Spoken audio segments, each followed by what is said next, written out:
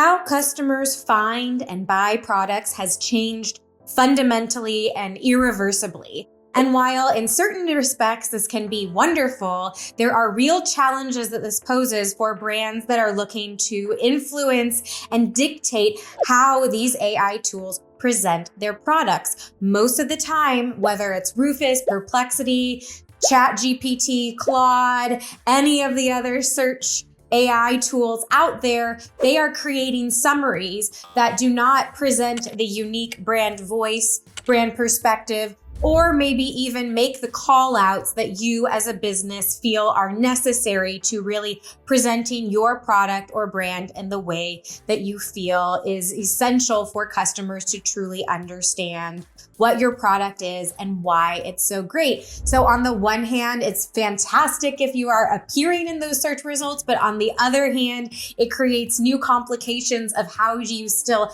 influence customers and help them make sure that they are really choosing your product over all of the other options out there. So in today's video, we are going to be talking about the one thing that you actually have full control of, and this can make a huge difference. This can be the deal breaker. So listen up and let's get started. Every single AI search result is designed to provide a summary. So whether it's Google Shopping AI, Perplexity, Amazon's Rufus, Walmart's Shopping Assistant, ChatGPT, Claude, all of these tools, they are not simply copy and pasting your product description directly to their search results. They are not making an effort to try to present your product summary in a way that is coming from your brand's voice. And you don't have direct control over what they may choose to highlight as the key call outs. So what is within your control as a brand if you are wanting to help persuade customers to truly understand why your product is a superior choice for their needs? So I discovered this when I was creating a video about Perplexity and my mind was blown. I couldn't believe it. This was something. Now let's just take a moment before I get to what it is. One of those things that I find really interesting about the AI conversation is it seems to over and over and over again be reinforcing these core concepts that I have been saying are so important and essential to basic business best practices for years now. And this discovery that I made is just further reinforcing that concept. So often, what we're seeing when we're talking about optimizing for AI is that it's really optimizing simultaneously for the customer experience. It's taking us out of this more binary sort of SEO world where it was very basic. Does this keyword exist here or not? That's how we're determining relevance, to now being able to use contextual information through generative AI so that it can intuit things more similarly to how a customer would. And so this is actually giving way more ability to focus on serving and speaking to the customer directly rather than feeling like you are straddling two equally important needs of speaking to the algorithm and then speaking to the customer. So in so many ways, this is actually really allowing for brands to be able to give the attention that their content deserves to speak more directly to what the customer needs without all of the unnecessary filler and mess that more traditional SEO practices required. And so this is fantastic. So similarly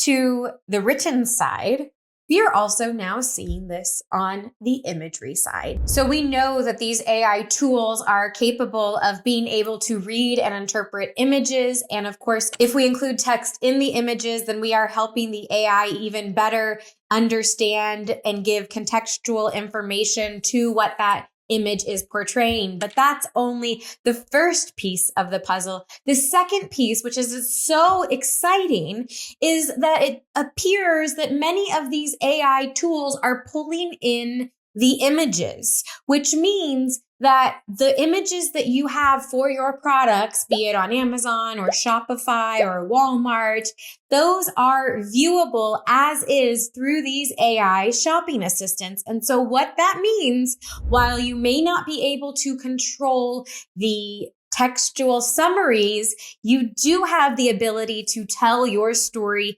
through your images. I first started encouraging brands to do this a few years ago when I saw that Amazon was testing a new feature that was allowing customers to scroll through images directly from the search results pages, meaning that a customer did not need to click into the listing directly within the search results. They could see all of the pictures and evaluate just from photos alone whether that product was interesting to them and whether that brand was giving enough information to make them want to either add to cart or buy now without ever even going to the listing.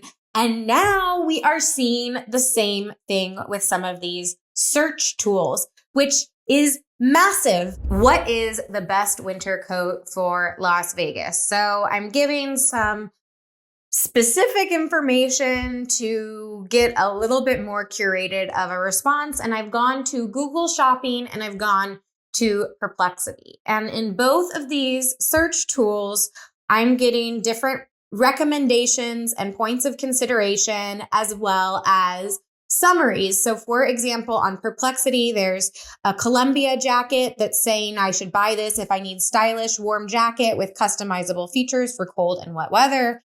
They're recommending a Ralph Lauren jacket, parka from Nordstrom Rack. So a number of different things on Perplexity.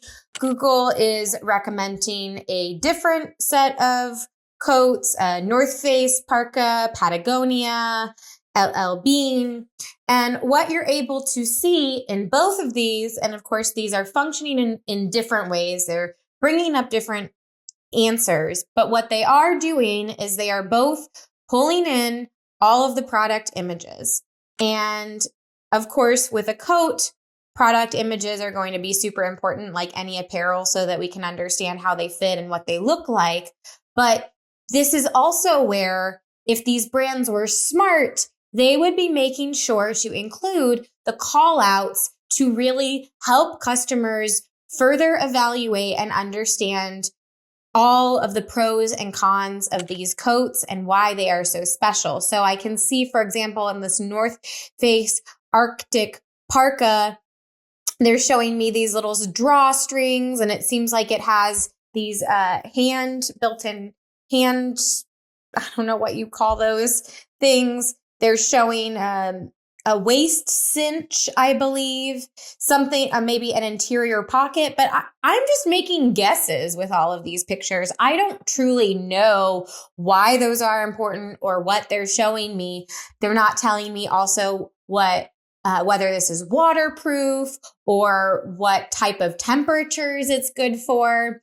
If we go to Perplexity and I look at the first option of this Columbia jacket, similarly, they're showing me some different pictures, but at least Columbia is including one image that is highlighting a variety of the key factors. But both of these coats would do a far more persuasive job if they were to incorporate why their coats are so great, what are the specific situations where somebody would want to wear them, any of the important details that a customer needs to know, maybe how much it weighs if this is something that you're buying to be traveling with, whether it's waterproof or windproof, what material it's made of, what kind of insulation it has, who it's best for. All of these details are important for a customer to be able to evaluate an item. And since you may not be able to control how these AI tools are describing your product, at the very least, because they are pulling in your product images, that is where you're able to maintain control and make sure that you give the customers what they need in order to make their decisions. So I imagine that this is something that we're going to see more and more as all of these different AI shopping tools continue to evolve and change. And if you want to make sure that you are not only optimized to convert across Google Shopping and Perplexity, but any future tools or any ways that these tools may be evolving. This was something that was already important, but now it is a must-do, essential part of optimizing for this new world and the way that customers are shopping today. So make sure you do this. And if you want to know how to create really strong, high converting images, including how to think about adding text into your images, then I recommend that you don't waste another moment and you watch the video that's coming up right now. It should be popping up right here that goes into my high converting image secrets that you need to know to take your business to the next level and that you are ready to convert customers no matter where they're discovering your product. Thank you so much for watching, and I'll see you soon. Bye.